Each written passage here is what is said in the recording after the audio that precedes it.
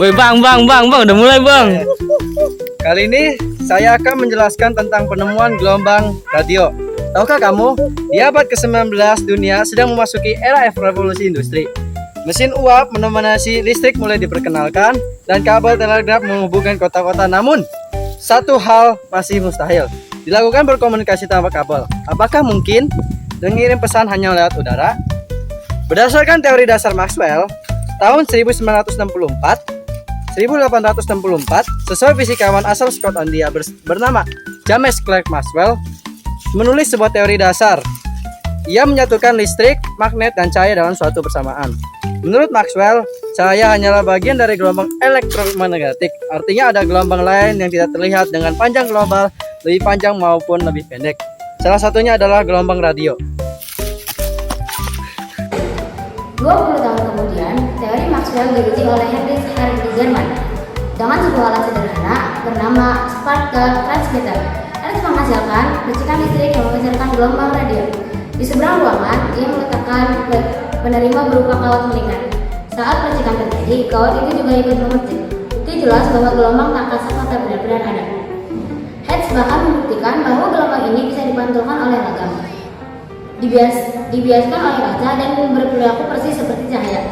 Namun, ia sendiri tidak melihat manfaat praktis dari temuannya. Ia pernah berkata, "It's of no us, this is just an experiment."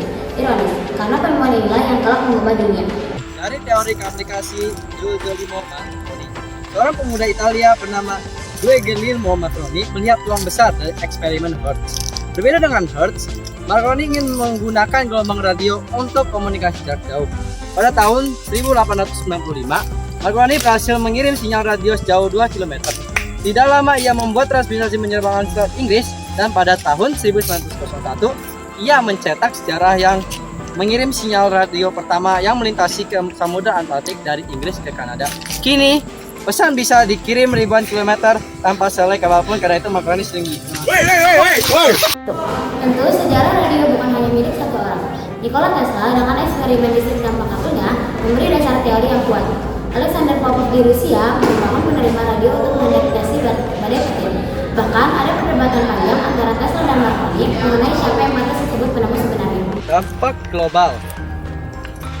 Penemuan global radio merevolusi dunia.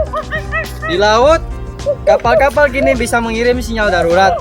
Pada tragedi Titanic tahun 1912, ratusan nyawa terselamatkan berkat radio.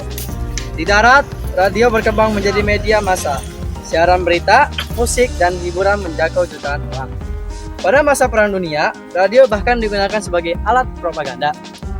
Dan dampaknya masih terasa hingga kini, dari radar, televisi, satelit, wifi, hingga ponsel di tangan kita. Semuanya berawal dari penemuan gelombang radio.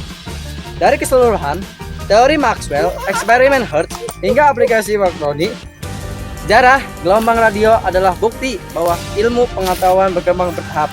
Sebuah teori yang dapat tidak berguna. Ternyata menjadi pondasi komunikasi modern. Hari ini saat kita menyalakan TV atau mendengarkan musik di radio, kita sedang merasakan hasil perjalanan panjang penemuan terbesar dalam sejarah manusia.